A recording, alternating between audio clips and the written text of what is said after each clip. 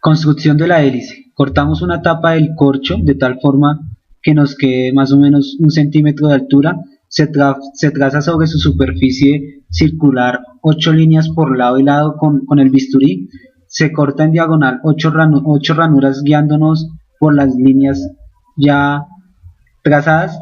Se corta con las tijeras la botella de plástico y se hacen 8 aletas aproximadamente de 3 por 1,5 centímetros. Se ubican las aletas en las ranuras que se le han realizado al corcho y con la silicona. Construcción del rotor. Se cogió una tapa plástica y un tarro grande y se cortaron 2 círculos de 3 centímetros de diámetro. Luego, con la ayuda de papel como guía, dibujamos una Y que queda al menos de 8 milímetros de grueso y cortamos 2 figuras iguales. Tomamos la tabla de balso y cortamos 3 trozos de 3 por 1,5 centímetros. Con la hélice ya fabricada, tomamos el tornillo de 4 pulgadas y con destornillador atravesamos el corcho. Luego, cuando el tornillo ya ha entrado en su totalidad, tomamos las Y de plástico y los vamos ajustando al tornillo. Cuando esté ubicada a 3 centímetros una de la otra, ponemos tablitas que cortamos y las pegamos con silicona. Dejamos que se seque y ya nos queda el eje del motor de 3 puntos. Bobinado del motor. Extraemos del transformador dañado el alambre esmaltado y lo enrollamos en uno de los polos, cuidando que quedara lo más templado posible. Para nuestro caso dimos 70 vueltas de acuerdo al calibre del alambre, que era de 16 pulgadas, la más pequeña, y el tamaño de los polos. Hicimos lo mismo con los otros 2 polos, cuidando así dejar un pequeño espacio, unos pocos centímetros, en el alambre, en cada extremo. Con lija, pues lijamos los extremos en cada bobina. Luego con el cautín soldamos estaño en las puntas. Con el multímetro medimos la continuidad en cada bobina para verificar que no existieran roturas en la bobina. Lógicamente cada bobina está en ese momento aislada de la otra por la acción del cable. Base para las escobillas. Con otro pedazo de corcho hacemos 6 ranuras en forma de Y. Destapamos una de las latas de cerveza y cortamos con las tijeras la lata y cortamos 3 trozos a la medida de cada ranura hecha anteriormente. Se lijan bien para que queden brillantes y ubicamos cada trozo en el corcho. Se atornilla el corcho cuidadosamente en el extremo del bobinado y con la ayuda de unos alicates insertamos cada trozo de hilo a la bobina.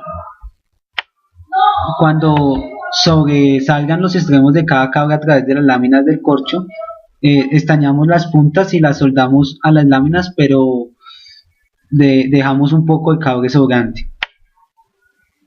Ahora tomamos la tapa de la gaseosa y le abrimos un hueco en el centro y hacemos 6 ranuras.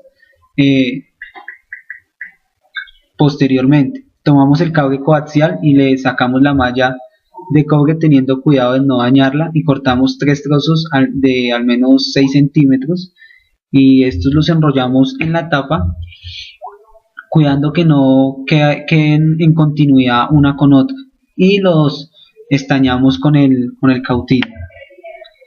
Después, con la ayuda de un tornillo para madera, fijamos la tapa al rotor y soldamos cada extremo del cable coaxial de cada una de las bobinas a las puntas de cada bobina que están fijadas al corcho. De esta forma queda terminado el rotor y el eje de rotor. Para saber que quedó bien, tomamos el multímetro y medimos la resistencia de cada bobina.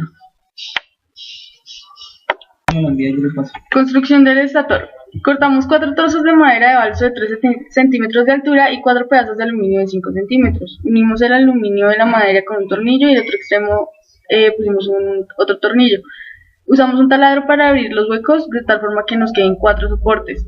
Luego cortamos 2 pedazos de aluminio de 3 centímetros y fijamos en los 2 soportes de aproximadamente 9 centímetros de la base cada uno. Tomamos los imanes y con ayuda de alambre dulce los sujetamos fuertemente. Los otros 2 soportes a 11 centímetros de la base, pues ubicamos 2 trozos de alambre dulce que queden centrados, los cuales nos servirán para el eje del rotor. La base de madera ubicamos pues en un sitio conveniente. los 4 soportes que se atornillan con ayuda del taladro y con ayuda también del alambre dulce, y usando tornillos en los extremos de cada soporte ajustamos de tal forma que queden firmes. De acuerdo pues a las medidas de nuestro rotor, quedaron los imanes a 8 centímetros y la base del eje a 13 centímetros. Escobillas. Tomamos el cable telefónico y lo pelamos al menos 10 centímetros. Lo enrollamos la punta de forma circular de tal forma que nos quedara como un rollito plano de cobre, y lo estañamos con el cautín. Después hicimos un soporte igual a los que usamos para el estator, pero de 8 centímetros de altura, y colocamos 2 trozos de alambre dulce en forma de Y. En dichos trozos de alambre sujetamos el cable que acabamos de enrollar en la punta, y con la ayuda de un taladro fijamos el soporte de tal forma que quedara justo debajo de la base de las escobillas. Ensamble del rotor. Tomamos el rotor y lo ubicamos en las bases, haciendo coincidir los extremos del alambre que pusimos en los soportes para que encajaran en las cabezas de los tornillos y giraran libremente.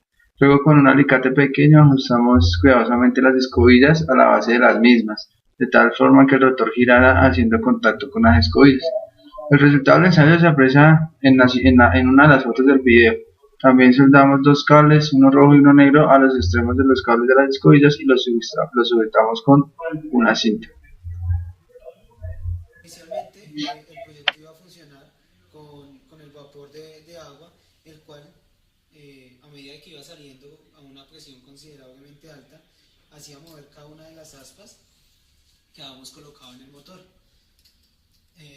Lo que se hacía para este procedimiento era llenar más o menos la lata con 250 centímetros cúbicos de agua por el hueco que le habíamos hecho, y se calentaba a punto de ebullición. El agua, después de estar ya caliente, comenzaba a generar su vapor, y este salía bajo una presión para mover las aspas, como ya lo mencionamos. En un principio funcionó, pero después de varias pruebas las aspas se nos fueron quemando, y la fricción generada también aumentó, haciendo que fuera más difícil el movimiento del motor, y por ende no volvió a funcionar como tal con el vapor de agua. Como pueden ver, utilizamos una manivela para hacerlo accionar pues manualmente con esta, y que pudiera hacer efecto y pudiera aplicarse como tal la ley de inducción de Faraday. En el rotor se midió la resistencia de la bobina. La bobina es de 3 polos, entonces nos dio aproximadamente 1,2 ohms en cada polo. Entonces tomamos los 2 imanes que están a este lado y hicimos que quedaran lo más próximos pegados a la bobina, porque entre más pegados esté, más voltaje va a generar, porque va a ser mayor el campo magnético.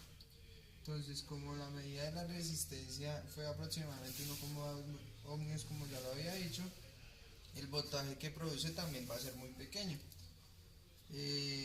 Al graficar esto en una recta, nos vamos a dar cuenta que nos va a dar